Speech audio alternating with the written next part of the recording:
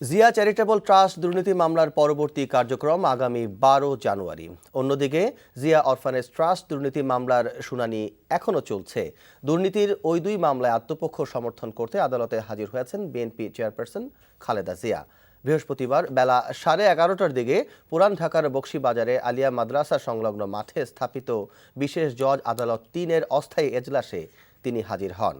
খালেদা জিয়ার বিরুদ্ধে Zia charitable trust ও Zia orphanage trust সংক্রান্ত দুর্নীতির মামলা দুটির বিচার কাজ এই আদালতে চলছে।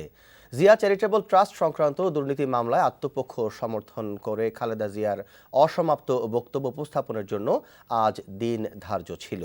এই মামলায় সাক্ষ্য গ্রহণ সংক্রান্ত একটি রিটের শুনানি হাইকোর্টে শেষ না হওয়ায় খালেদা জিয়ার পক্ষে সময় আবেদন করা হলে আদালত ওই মামলার পরবর্তী কার্যক্রমের দিন ধার্য করে ১২ জানুয়ারি।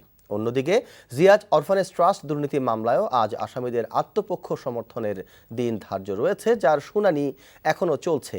এদিকে খালেদা জিয়া আদালতে যাওয়ার পথে মৎস্য ভবন এলাকায় দলীয় নেতাকর্মীরা অবস্থান নিতে চাইলে পুলিশ তাদের দাঁড়াতে দেয়নি। আদালত পাড়ায় নেওয়া হয়েছে ব্যাপক নিরাপত্তা ব্যবস্থা।